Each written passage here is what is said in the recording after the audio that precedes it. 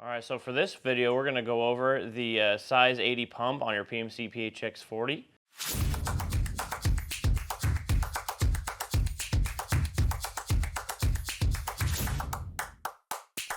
So to begin, I'm going to go over the older style cage and check ball that they've changed it since. But essentially, if you're losing some pressure on your pump, one thing to keep an eye out for is the condition of this O-ring here on the cage.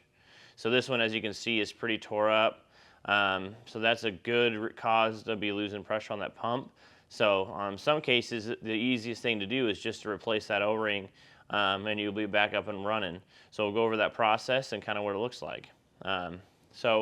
This cage is located underneath this cap here. So I've already loosened it, so we'll go ahead and finish removing it. Now in this pump, there's a newer style that's installed, and I'll go over that a little bit as well. But once you remove this, as you can see, these components are visually different. So this is the new style, and this is that older style. Then next you'll have the cage itself in there, and a check ball, just like you see on the older style there. We'll remove that check ball. Then now the cage itself, I'm going to remove, since I don't have it attached to the machine, it's a little bit easier for me. I'm just going to push it through here to get it to come out. And then I'll kind of go over the rest of that process with you. Now that I have that removed, this is what the newer style looks like. You also have a spring there, and then the lower check ball. So this one, as you can tell, this has like an O-ring, and this has more of like almost like a gasket. So it holds up a lot better to that motion because this will go up and down depending on the stroke position. So this does get wore out over time. This one does hold up slightly better the way it's designed now. But other than that, their jobs and everything are the same. You know, there's a seat on top. There's also a seat on top of this one. Same check ball and everything like that. The only difference is just basically this gasket / O-ring.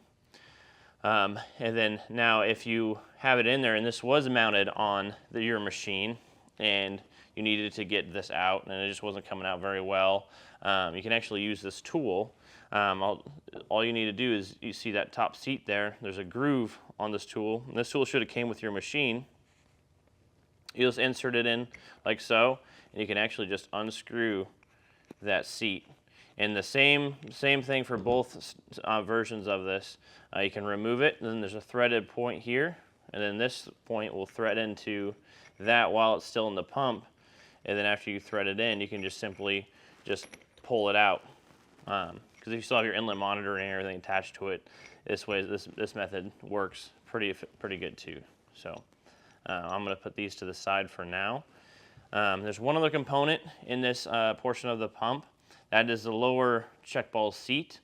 To remove it, you'll actually use this tool once again. You'll thread it in there, and you'll just kind of unthread that seat on the very bottom. And there'll be a gasket on it. Now once you get it loose, you can kind of just pull it out, or in my case, I'm going to dump it out. And then with it, there's a O-ring as well, or a gasket, excuse me, as well, that seats underneath that seat. And those are all the components that are in this section. Now, a lot of times if you have pressure loss, sometimes it could be that one of these check balls isn't seating properly. And so sometimes if these get some debris on them, make sure these are clean, make sure these are smooth. This seat form is smooth and clean as well. And then also the same thing with the upper check ball. This seat with this check ball, make sure there's no debris or trash in that either. And then obviously if you have a tore up O-ring or gasket, it's going to cause a little bit of that pressure loss as well. So going forward with this pump, we'll go ahead and remove these four nuts here.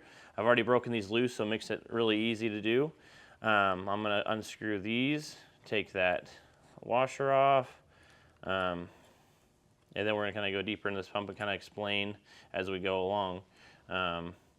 Now these rods, basically what they do is they actually kind of hold the whole pump together. I like to describe it as almost like a sandwich. So when these are tight, it kind of holds it all together. So when you're taking these apart or rebuilding it, it's important to keep these nice and tight. Because if you put it together and they're loose and you try to use it, you'll have some leaks and it will be an issue. So then you'll remove the rods. They also thread in. The rods thread into this end piece here, and then this back end has a nut and washer to hold it on as well. So we'll get these removed here, and then we'll kind of show the rest of the internal parts of this pump. Now, it's a pretty hardy pump, and taking it apart is fairly easy, especially because there's a lot of stuff on their website that has breakdowns and all that kind of diagrams. It's easy to follow. So once we get these off, I'll go ahead and slide this block off. We've already went through the inside of this, so I'm going to go ahead and just pop this out.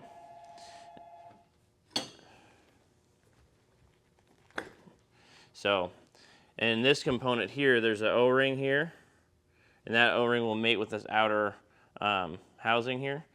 We'll put this to the side. Then you'll have the smaller material tube here. You'll have an O-ring on either side.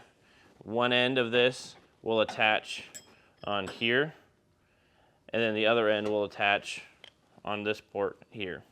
And then if you're rebuilding these, you want to make sure that this is clear, there's no debris or buildup in here. Good bristle brush is the way to go to get these nice and clean. You put that to the side.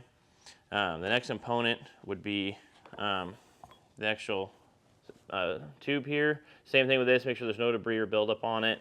There's no O-rings or anything attached to this, but there is an O-ring in this next piece here. And here, there's another O-ring. It's the same one that's on the inside of this piece that we talked about. As you put that one on there, and that will be up against this on one end and then the other one on that other side.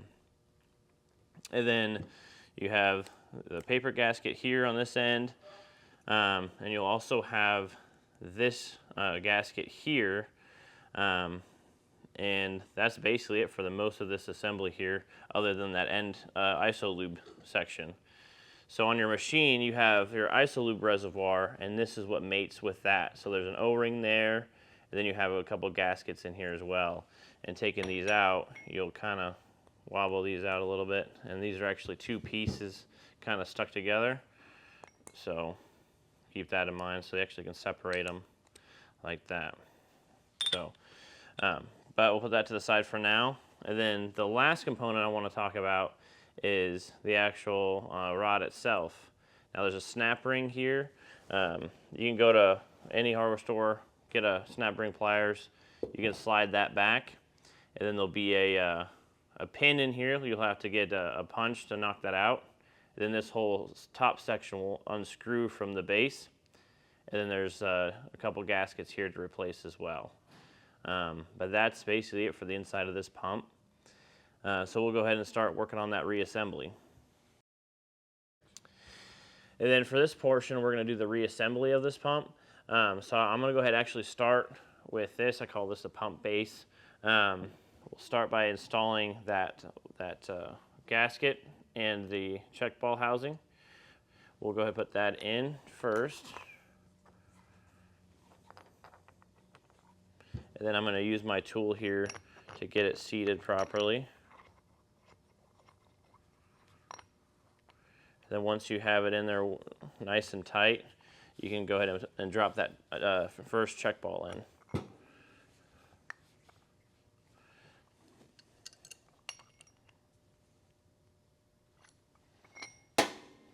And then we'll set this in. And then the next pieces will be the spring and the cage that's already assembled. So we'll put that in. And then now that that's in position, we'll put it all together with just this cap and make sure that you have that seal here is installed.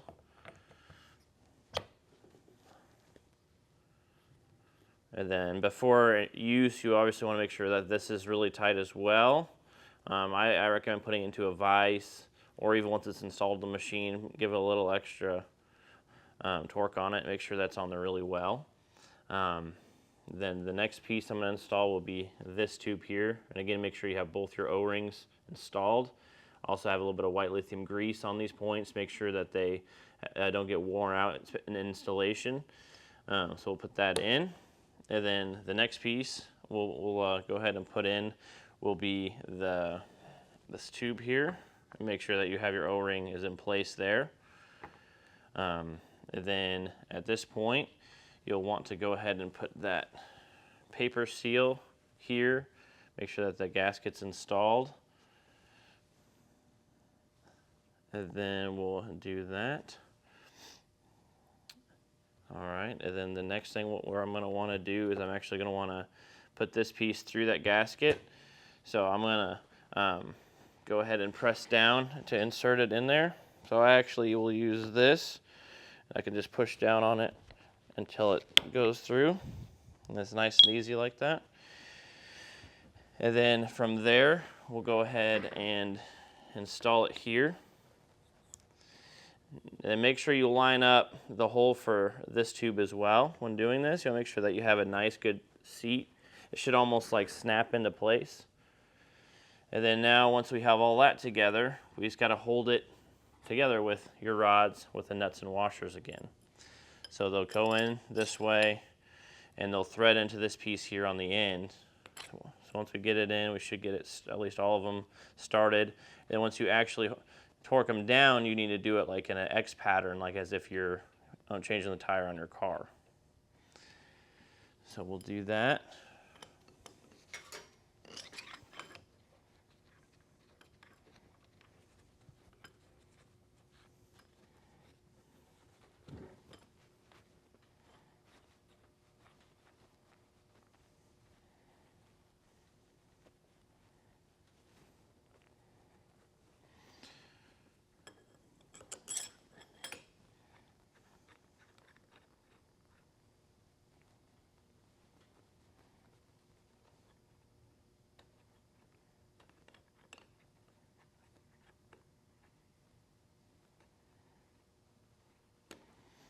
Then I'll get the last one started here.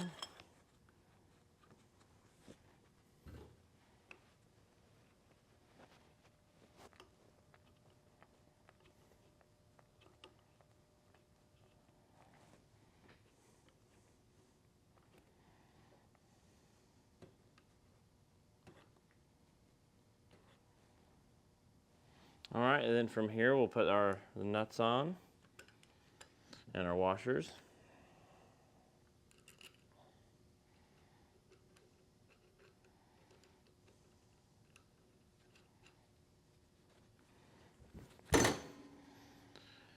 And then we'll just tighten those down.